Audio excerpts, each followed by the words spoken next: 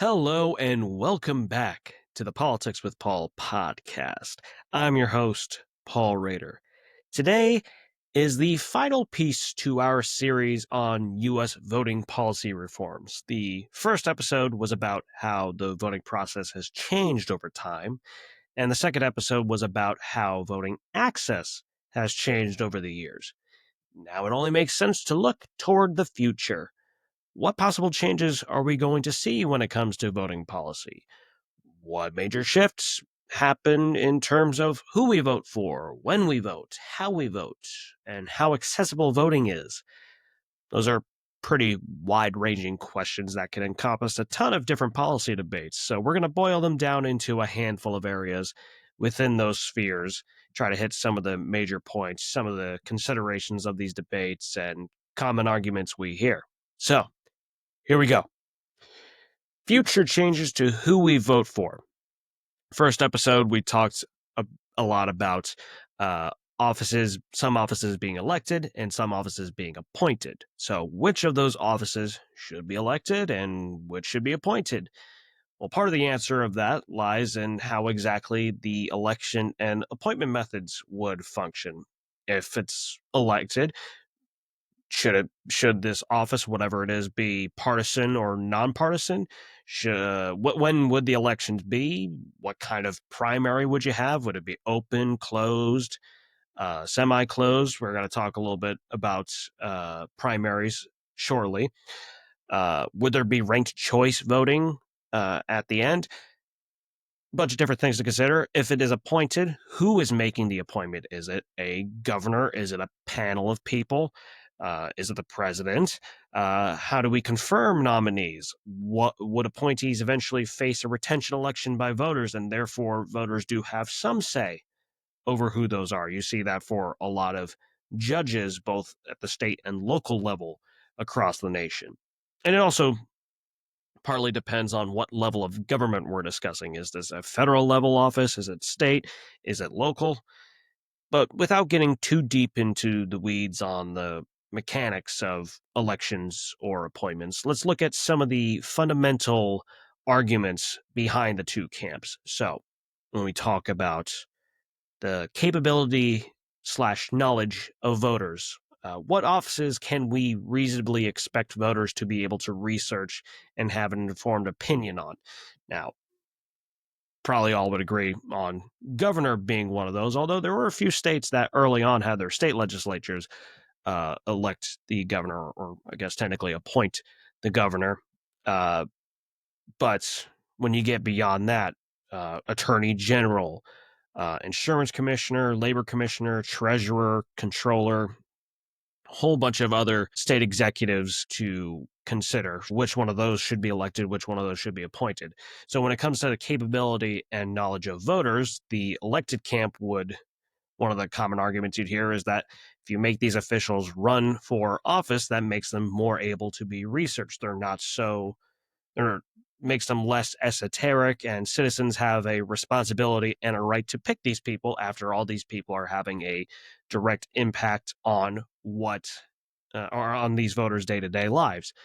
But people who would say that whichever official should be appointed, they might say that citizens often make ill-informed choices and are influenced by partisan and special interests. So X official or whichever official you're talking about should be appointed instead. Um, how much responsibility should voters have in picking government officials? How many elected officials are too many elected officials? We can't just pick every single person that has an impact on our lives in government, but at the same time, if you don't get to pick anybody, then there's, what's the point of voting? Uh, But for people, when it comes to that question, the elected camp, as in people who believe that more officials should be elected, they might say that voters should be as involved as possible with choosing government officials so they are more accountable to the people. And people who fall more into the appointment camp might say voters should not be expected to bear the brunt of responsibility for choosing a ton of government officials, especially when it comes to state executives like governor, attorney general, labor commissioner, insurance commissioner, controller, treasurer, uh, commissioner of education, or something similarly named secretary of state. Uh, how which one of those should voters be able to vote on, and how much is too much? So elected camp will people who believe that we should have more elected officials will say that we have more of a responsibility that we should have in picking them. How easily can the duties of these government officials be scrutinized? Undoubtedly, some government officials have more esoteric or specialized uh, fields that they're involved in. Something like insurance is going to be more complicated than a more generalized official like governor, uh, or even maybe even compared to like an attorney general. And how easily we can scrutinize these officials kind of related to the last two questions of how capable and knowledgeable are voters about these officials and how much responsibility should they have in picking these officials.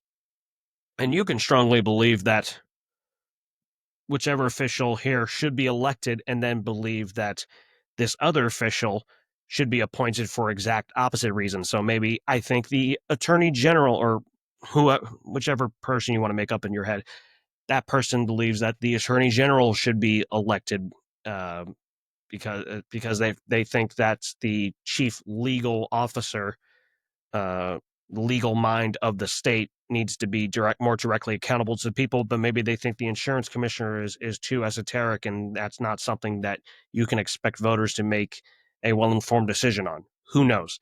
Uh, but when you think about changing which of these officials are elected, which ones are appointed. So if you're going to change an elected official to an appointed official, or an appointed official to an elected official, you need to think about what laws need to change. You can't just decide, okay, we're gonna just write this law and change uh, who exactly gets elected, who exactly gets appointed. It's a little bit more involved than that when it comes to federal officials, especially because the only federal officials we vote on are president, U.S. House, and U.S. Senate. We don't vote on cabinet officials. We don't vote on the U.S. Supreme Court. And if we were to vote on any of those, we need to change the U.S. Constitution, which is an extraordinarily difficult task to do. Whether it's something we should or shouldn't do, it's very, very tough to change the U.S. Constitution. There's only been 27 amendments over the course of just over 230 years, almost 240 years at this point. For state officials, definitely much easier, but the difficulty will vary depending on state, because some states' constitutions, when voters vote on ballot measures, some states have a higher threshold. You might need 55%, or in the case of like Florida, you need 60%. Some states require just a simple majority of voters to pass uh, constitutional measures, and then you have the whole rigmarole of getting constitutional or ballot measures onto the ballot for people to vote on. So for state officials, if you're going to change, make an attorney general elected that's right now appointed, or they're appointed right now and you're going to make them elected in your state, you would need to change your respective state constitution. Uh, Local officials, if you have a local attorney that you vote on, or a local judge you vote on, uh, you're probably going to need to change local charters, or you might even need to change certain state laws too, because some states have a little bit more involvement in dictating uh, local government elections than in some other states do, because you have a difference in home rule. Some states have more involvement in what that local government does than some other states because of home rule laws. Well, actually, you know what? That's a good podcast topic to tackle sometime, maybe sooner than you might think. Uh, I don't know of any current particular legislation or ballot measures going on right now that regard changing who we vote for, whether it's at the state level or local level. But you may want to look at places that have very few or a lot of these state executives that are elected. So if you have a place like Alaska and New Jersey, I believe I believe both of them only elect their governor and lieutenant governor. So you might see people try to make their attorney generals or attorneys general. It's actually how you're supposed to say it in a plural fashion. They might try to make that an elected position, or various commissioners like for education or insurance or labor or their equivalents. So, or someplace like in North Carolina where there's a lot of state executives to vote on, you might see people try to uh, change or make more of those appointed because they maybe think that that's too much of a burden on voters to elect that many state executives. I don't know that for certain, but some people might believe that. So look at states that have either a lot of state executives that are elected or that are few of them that are elected. Future changes to when we vote. So the normal time to vote in general elections is, as we talked about in the first episode of this series, is the first Tuesday after the first Monday in November.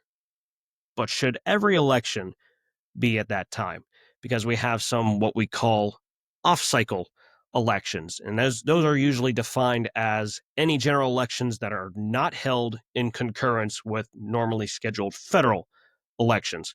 So if and you're talking about general elections, primaries are a whole other can of worms, but if their general election is not at the same time as presidential elections or the midterm elections for Congress, most people would consider that off cycle. Might have some people might have a different definition of off cycle, but that's what we're calling off cycle here. So it's not the first Tuesday after the first Monday in November in even years. If it's not on that, if the general election's not on that date, it's an off cycle election. You don't see, or at the state level, there's not a whole lot of those. Talked about some states where their state legislatures or their governor or other state executives will be elected at different times, but the vast majority of off-cycle elections are for local governments. One of my earliest episodes of the podcast actually concerned election timing and its effects. Dr. Sarah Anzia, hang on a second.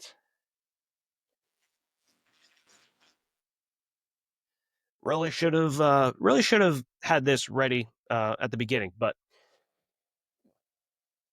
that one right there. Timing and Turnout: How Off-Cycle Elections Favor Organized Groups by Dr. Sarah Anzia. She had a really deep dive into how off-cycle elections affect turnout and just the general business of politics, I guess you could say. So right here, so for this, we're just talking about the timing of general elections, not primaries, because again, that makes things a little bit too complicated. So some of the arguments you hear regarding off-cycle elections. So people who support, they're not necessarily going to support like making a whole bunch of elections off-cycle, but if for whatever election is being talked about here, if they support having it off cycle, some of the common arguments you hear are: one, it decreases nationalization of state and local politics to keep focus on local issues away from federal issues, because if it's not happening at the same time as federal elections, then you're not going to have that federal level climate affect what's going on at the state and local level, and you do see an increasing nationalization of politics in general. Two, more invested and knowledgeable voters are the ones participating. They're the ones who know that this election's going on, so they are the ones who make a point of going at this weird time. Three, voting officials stay updated on election protocols because of the frequency of elections. So because they're doing it more and more often, they're not sitting there for 2 years and then they get back to doing or helping administer elections, and then they find out, oh wait, there's also this change you have to deal with. So that's the idea there. And then 4, it's less overwhelming for voters because there's fewer elections happening at the same time, so they don't feel like they have to research a whole bunch more stuff. uh, People who are against off-cycle elections generally are against off-cycle elections for every kind of office, including local. So arguments you often hear against off-cycle elections are: 1, voters have to go to the polls more often and thus have to spend more time traveling and researching. Those are very real costs. So you have to actually go out to the polling place, which is a lot easier for some people. And then for others, they might not have a car or even a bike. They might have to wait for a bus to take them. And then they have to research multiple times in a given year to go and vote. 2, election results are not representative of the electorate because fewer people are participating. There's fewer people participating because they tend to not know that these oddly timed elections are happening. They mostly just know, hey, we vote in November of even numbered years. They don't necessarily know that other elections go on at different times. 3, there's more cost to holding elections since you are doing it more often and straining voting officials' time and energies. The local governments bear the brunt of election administration costs. So they have to put the election together in normal time, November of even numbered years, and then for the primaries. But then, you have a mayoral election that happens in May. Now they've got to spend the time and money to have this election happen at a different time. And 4, voters have to spread out time for research instead of doing it all at the same time. So few of those arguments you hear are a little bit back and forth. Is it better for voters to have to spread out the amount of research that they do, or to just do it all at once? For example, there's not really a comprehensive database of what local governments are moving toward or away from off-cycle elections. Uh, but Los Angeles is a prominent example. They recently shifted from odd to even year elections. There's a couple other big cities that have done that, and I'm blanking on which ones they are right now. So you might look for some of those big cities, because a lot of those, you're going to find some smaller towns that also change around the timing of their elections, but because they're smaller towns, there's a lot less coverage and it's a lot harder to find information on them unless you live in those small towns. Whereas those bigger cities, you'll probably see more information about them. So look for some more cities and towns in the coming years to align with federal elections. I don't know if there's necessarily a trend towards having more on cycle elections, but you do see it with several of the big cities recently. So might see more of those cities do that in the coming years. Future changes to primaries. So there's little, if any, argument against having primaries in general. It's rather what kind of primary we should have. Primaries are basically a given these days. 100 years ago, not so much, but now primaries are for pretty much just almost every office has primaries. But what kind of primary should we have?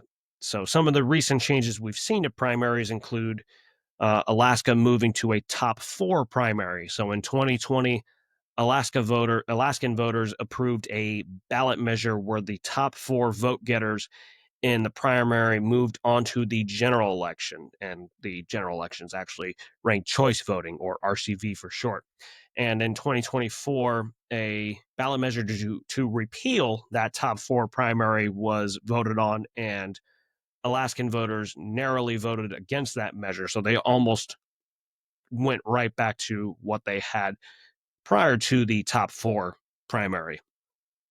New Mexico, just a few days ago, as of this recording, so March 2025, the New Mexico state legislature just passed a bill to allow third party and non party, or as New Mexico calls them, decline to state, DTS, voters to participate in Democratic and Republican primaries, so making them open primaries. The governor, Michelle Grisham, she still has to sign the bill to make it law. Uh, I'm not sure if there's necessarily a suspicion or a assumption one way or another as to whether she'll sign it or not, but in any case, she has to sign the bill for it to become law. Or if she decided to veto it, then the legislature would have to uh, override her. And I'm not sure exactly what the threshold they need for overriding that is. But you've seen several unsuccessful attempts at primary changes in several states.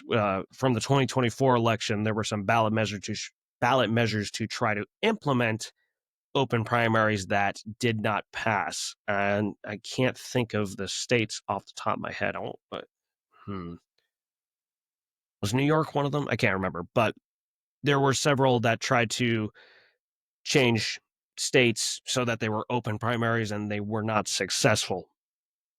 So there's various arguments for each different kind of primary, but just to make things easier, we're just going to focus on closed primaries and what people argue for and against regarding those.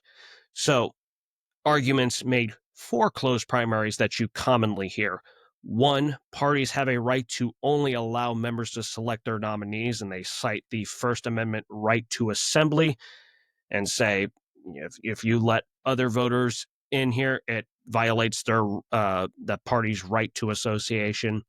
Uh, Number two, they say closed primaries prevent sabotage and reflect the will of the party's voters. So the idea is that independents and if we're talking about a Democratic primary, for example, you won't have independents and Republicans try to come in and purposely sway the Democratic primary's vote. Or if it's the Republican primary, you won't have Democrats and independents come try to sway the vote. At least that's how the argument goes. Number three, they say it does not produce more ideologically extreme nominees. It's a common argument against closed primaries, but closed primary advocates say, no, that's not what happens. Number four, closed primaries are essential government functions that merit public funding.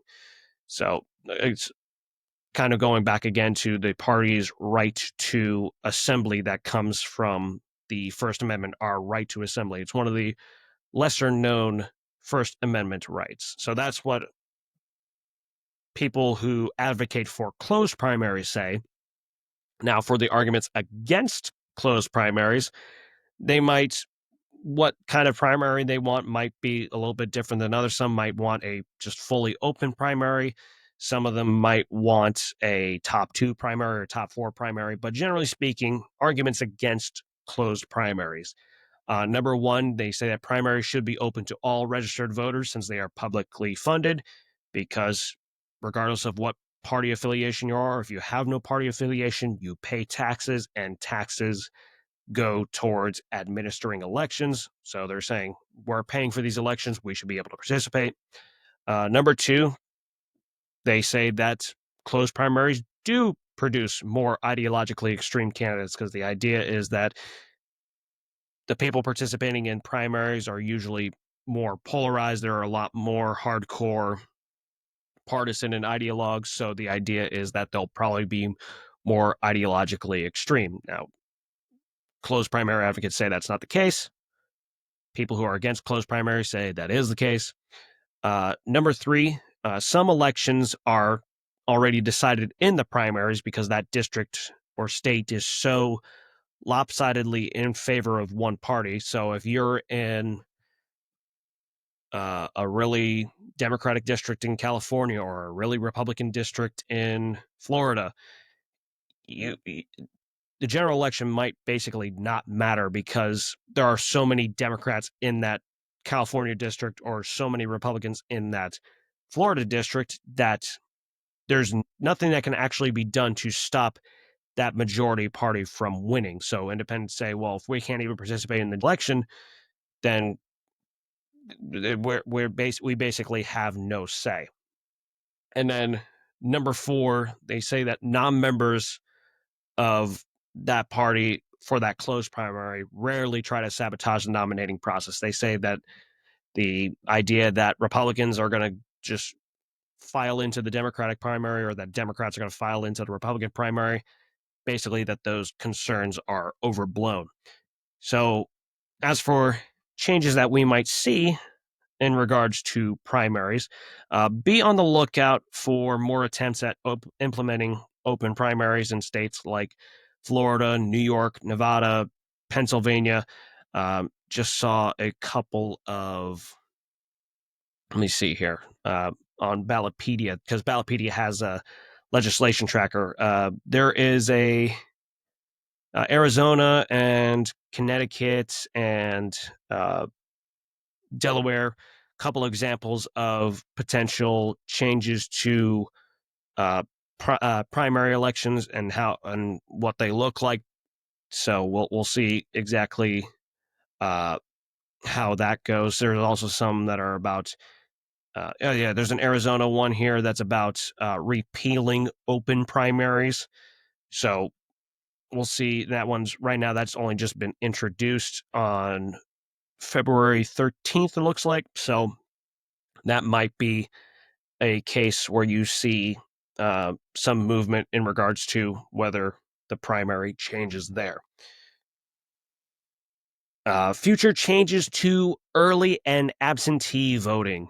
So, just a quick recap of the early voting and absentee voting states. Nearly every state, 47 of them, allows for early in person voting. Every state allows for absentee voting of some kind, but 14 states require an excuse for doing so. So, whatever they consider a valid excuse for needing a an absentee ballot, you need to put that in writing, and then they might grant you the absentee ballot. And then 8 states have automatic mail voting of some sort, where they just send out absentee ballots regardless. In regards to early voting arguments for and against, so people who argue for more early voting or early voting in general, some people don't. Some people might think that early voting should be curbed a little bit, but not necessarily eliminated. Some people might say we should outright eliminate early voting. So, some of the early voting arguments, people who support early voting, they'll say that it increases voter turnout among certain demographics that have inflexible schedules. So, people who are working class, students, single parents. The idea is you give them more opportunities to come out to vote. Number two, gives voters more flexibility and shortens wait times at the polls. So instead of having giant lines on election day, you kind of spread those people out on other days. Uh, Number three, it's also easy to implement and accommodates more voters, because also typically, I don't know if I can't necessarily say that this is the case everywhere. It's at least the case where I am. On election day, you have a specific precinct and a specific place you have to go vote. Early voting, you have several different options of where you can go. So the idea there is that it's more accommodating to voters. Maybe on election day, it's a lot harder for you to get to where you are designated to go vote. But early voting, maybe there's a place that's closer to you. People who are against early voting, or at least want to limit it more than it already is, they often argue that there's ill-informed voting because there's less time spent engaging and researching. So if you vote 2-3 weeks before the election, and you're allowed to vote, and it is a case where you're allowed to vote 2 or 3 weeks before the election, they might say, well, there's still a couple more weeks that you could have spent engaging with the campaigns and researching them, but you're not using up that time, and then you're voting, and then you can't vote again. Uh, well, some places maybe you can vote again. No, I'm kidding. I'm kidding. Um, Number two, there's logistical concerns and fraud risks, because ballots could languish in storage. And even if there's no reason to be suspicious about it, it generates suspicion. So they can't necessarily count. They can't count the votes from the ballots beforehand. And then and they certainly can't release that information because then that kind of tips off the campaigns to say, oh, wow, there's a whole bunch more people that voted for that Republican, or there's a whole bunch more people that voted for that Democrat. Then they suddenly change their tactics, and that kind of taints the election. Although you do sometimes see data as to how many Republican and Democratic voters and independent voters turned in an absentee ballot. There are some places that have that data and kind of does the same thing that we were just talking about, as because the vast majority of Republicans are going to vote Republican, and the vast majority of Democrats are going to vote Democrat. So you kind of still get a sense of who's in the lead in that regard. Now, independents, not you won't necessarily get a feeling one way, but in any case, there's concerns that it taints the electoral process. And in 3, it prevents voters from changing their minds if they accumulate new info closer to election day. So maybe 2 weeks before the election, they were very gung ho about, oh, I like so and so, I like Joe Schmo. He's got a good head on his shoulders, and then some serious scandal comes out a week after that and a week before the election, and that voter who was very gung ho about him, whatever that scandal was, they cannot abide by it. They say this guy is terrible, but you can't change your vote at this point. You've already put your vote there. So some of the arguments you hear for and against early voting. Now, when it comes to absentee voting, nobody really argues against absentee voting as a whole. Pretty much everybody agrees we should have some form of absentee voting, but the the issue is whether it should require an excuse to request a ballot and what kinds of people should be allowed to collect them. So I'm going to focus a little bit more on the expanding of no excuse or regarding having no excuse absentee voting and expanding absentee voting in general. Not as much about the who can collect them, because this is already uh, getting kind of long, and that's a whole other can of worms. But people who argue for no excuse voting or expanding absentee voting, one, they say increases accessibility, as people don't have to worry about having their request be potentially denied, even if it is a legitimate request.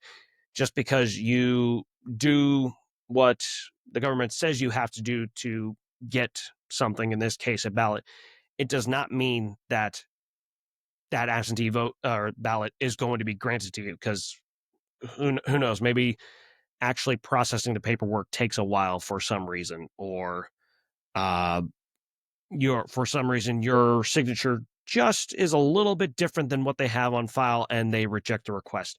Who knows?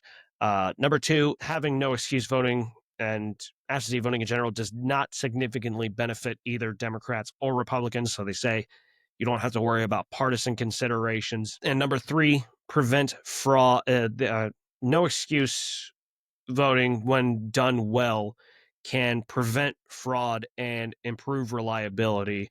And increases in mail voting have not seen a serious increase in voter fraud. It stayed very small.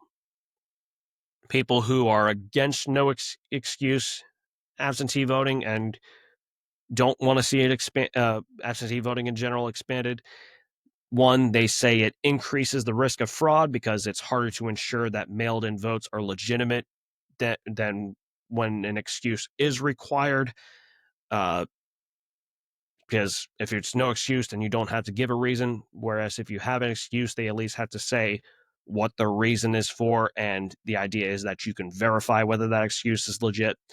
2, it having these absentee ballots delays election results, as wait times for ballots trickling in late. You have to wait for these ballots to trickle in sometimes, depending on where they're coming from, especially if they're overseas from military, and it makes the results less accurate. And number 3, that ballots are too important to send through the mail and thus more susceptible to partisan machinations. Some early voting legislation. There's some going on in Alaska as to not necessarily whether to implement this legislation is not necessarily whether to implement it or to remove it, but whether to expand the duration of early voting days or to constrict it. So maybe somebody wants it from 9 days before the election to 16 days before the election, or they want to change it from 16 days to 9 days. They want to go in the other direction.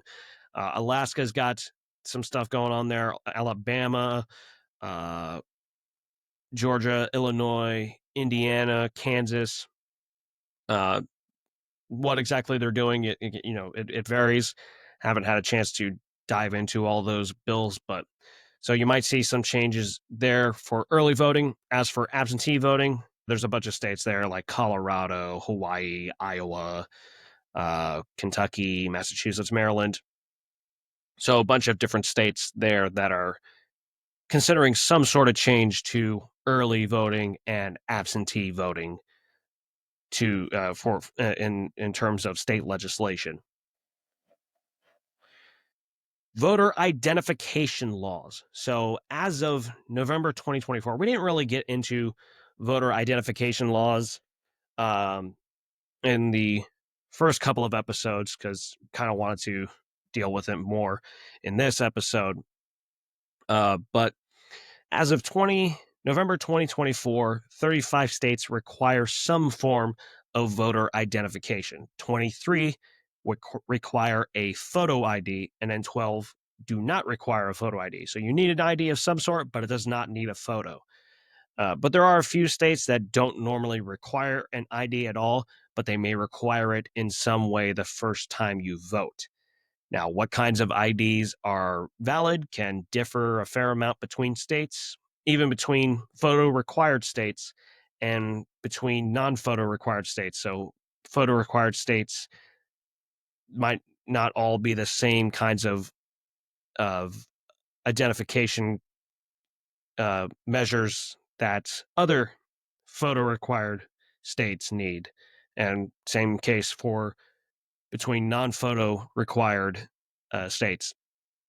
But some of the common IDs, or maybe not necessarily common, but some of the ones you will see include driver's license. I can't think of a single state that would not uh, at least allow that, but that is probably the most common one. U.S. passport, military ID, student ID, government employee ID of some sort, whether you're federal, state, or local, concealed weapon permit, retirement center ID, neighborhood association ID, tribal ID, so on and so forth. And some of these, again, might not be valid in other states that have ID requirements. So at the heart of this debate is largely arguments regarding voter fraud and voter suppression.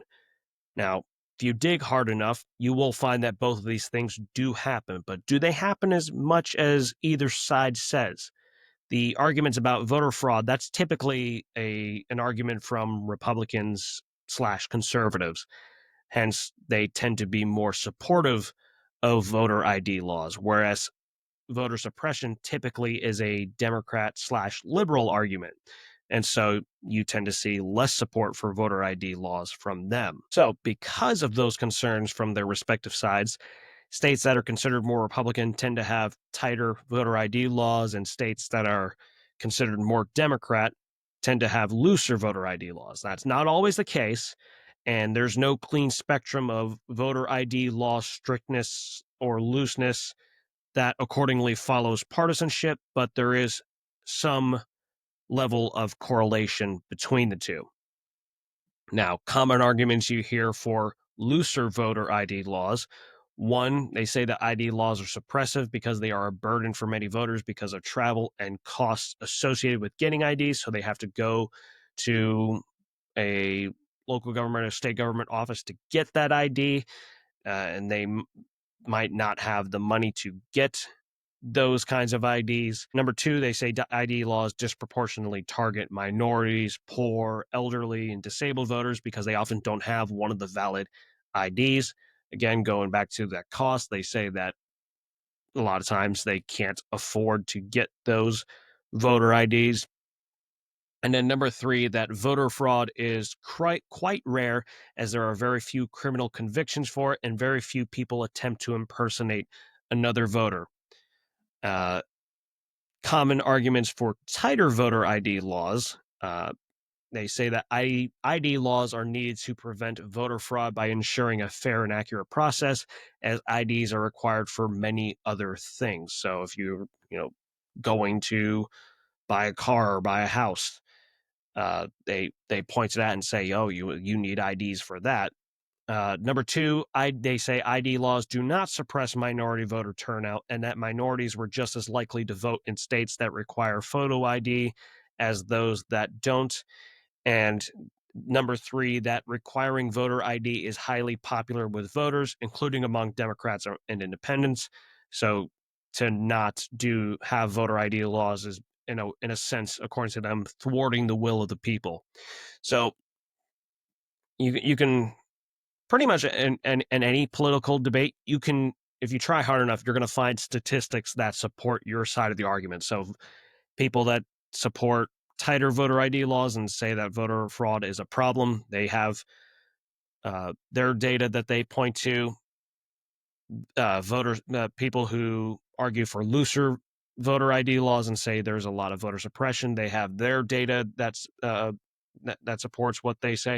I'm not saying either one of them are right or wrong. I'm just saying that if you try hard enough, you're going to find some sort of data that backs up your claims. So just something to keep in mind when you hear these claims. But I'm not going to say that fraud and or suppression happen as often as they say, or it happens more or happens less. That's for you to decide.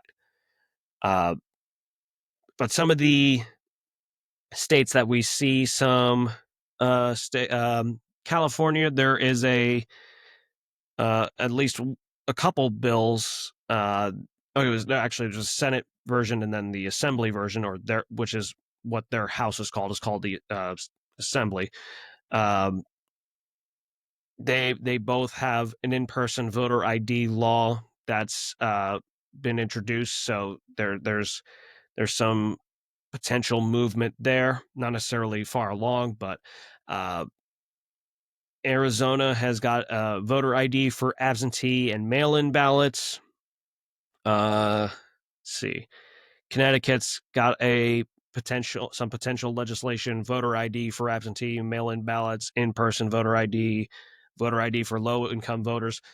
That's just a summary of what it deals with, not necessarily what it's actually doing, because then you'd have to go into the bills themselves, and each of these bills might only be just introduced. They might only still be in committee stage. They might not be anywhere close to being passed, but just some of the states that you want to keep in mind seeing some potential changes in regards to voter identification laws. And for our final discussion, we're going to talk about felons' voting rights. Another thing that we didn't quite uh, touch on in the first couple of episodes of this series, but we've expanded the right to vote based on race and gender and property ownership and being 18 to 20 years old. But there is still at least one demographic where there is some debate about their voting rights: those convicted of a felony.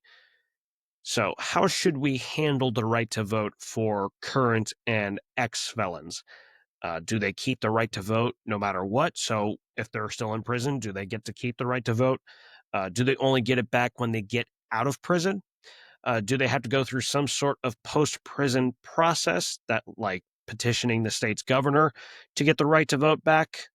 Uh, do they have to finish their prison sentence and parole and probation, as opposed to just their prison sentence? Is there a distinction between violent and non-violent offenders, where violent offenders have much stricter regulation than a non-violent offender does, even though they're both felons? Uh, is the process for getting voting rights back different for those who commit one felony versus two or more felonies? A lot of different things to consider. As of October 2024, Maine and Vermont are the only states that allow felons to always keep the right to vote. So even when they're in prison, they keep it. 22 states restore voting rights automatically after that felon's prison sentence. Connecticut restores the right to vote automatically after prison and parole. So even if they get out of prison, they still have to finish parole. 15 states restore voting rights automatically after prison, parole, and probation. And then there are 10 states where it's not automatically restored and they must go through a process that may or may not get their voting rights back. So, arguments regarding automatic restoration following the completion of their sentence. So, people who support auto restoration of felon voting rights, they say it's the right thing for democracy and it's unconstitutional to deprive them of the right to vote. They might even point to, for example, the 14th Amendment. Uh, Number two, voting. They say that voting bans disproportionately affect racial minorities because of how prison population statistics uh, show up. And number three, it promotes rehabilitation and reduces recidivism. So, people who are against auto restoration of felon voting rights, they say ex-felons should be required to prove they are reformed and willing to abide by society's laws. Number two, those who break laws shouldn't be allowed input into making laws, because if they're breaking laws, why should they even get to say how they're made? At least that's how the argument goes. And number three, they say that disenfranchisement laws are neutral to race. That's regarding automatic restoration following completion of their sentences. Now, when it comes to voting rights while incarcerated, you'll have some of the arguments are similar, but they include also debate about whether someone's debt they are paying to society should also include a temporary or permanent removal of voting rights. So is it, well, you committed a crime regardless of what the crime is, not only do you have to serve in time in prison, maybe a fine, but you should also have your right to vote revoked for at least a period of time. Some of the recent events that we've seen in regards to felon voting rights, New Mexico in 2023, they changed it so that uh, before you had your voting rights returned after prison, probation, and parole, they changed it so that it's restored after your prison sentence. So even if you're on parole or probation, you can still vote in New Mexico. Oklahoma in 2024, House Bill 1629 restored voting rights for people after receiving a pardon or commutation, because apparently previously they were ineligible to register or vote until the completion of prison, parole, and probation under their original conviction. So if all that was 15 years, for example, and their sentence got reduced to 5 years, they still had to wait those 15 years for their right to vote to come back instead of the 5. Or if they were just completely pardoned and got out of prison, they still had to wait that amount of time. That bill eventually became law, and then so now they uh, now it's based on if you receive a pardon or commutation, then you get your voting rights back after the completion of the new sentence. And then in Mississippi, it was a bit of a long battle between 2023 and then earlier this year, 2025. In 2023, they had a lifetime voting ban on felons and ex-felons that was ruled unconstitutional by the Fifth U.S. Circuit Court of Appeals, or by a panel on that circuit court. And in 2024, that ruling was upheld by the full court. And in 2025, the U.S. Supreme Court declined to hear an appeal, and so it left that Fifth Circuit Court decision in place.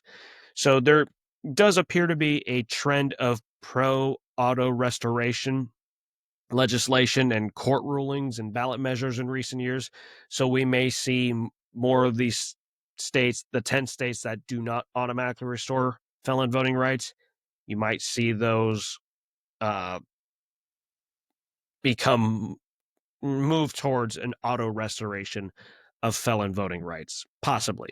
we'll have to see. Alabama has some stuff going on, some legislation going on there. Arizona, California, Connecticut, Missouri, Mississippi, uh, New York, Rhode Island, South Carolina. So again, can't see exactly what those states are doing right in regards to that right now, but they are talking about said policies. So that is going to cover that covers all the uh, things that we are going to talk about today. because they're already running a bit over, but that's I just want to get put a little bit of a bookend on this series about voting policy reform. So there's a lot of things that, for some of us, it's not things that we really have to think about when it comes to voting. It's just it is what it is, and when we have our voting rights, and we just go along our merry way. But over time, a lot of this stuff has had to change. A lot of people had to fight for the right to vote. Some people today still have to do that now. You know, whether you believe that felons or ex-felons should be able to vote, that's for you to decide. How exactly we should change early and absentee voting regulations, or if we should change those, what kinds of primaries we should have, all sorts of things to consider and to look out for that can potentially directly impact how you're able to vote. So just wanted to at least shine some light on all of those, and hopefully have made those things a bit more clear. So, but we're going to wrap things up here. So thank you, as always, so much for listening. Please like, comment, and subscribe, and share the podcast with all your friends and enemies and people you don't know. And links in the show notes for my Facebook page, LinkedIn, my 5-day educational email course on mistakes we make in regards to trying to depolarize the political climate that actually unintentionally enhance polarization, and why we make those mistakes and how we can correct those mistakes. My book on Amazon, Why Independents Rarely Win Elections and How They Could Become More Competitive, and a couple of other links as well. So, as always, thank you for listening, and until next time, take care.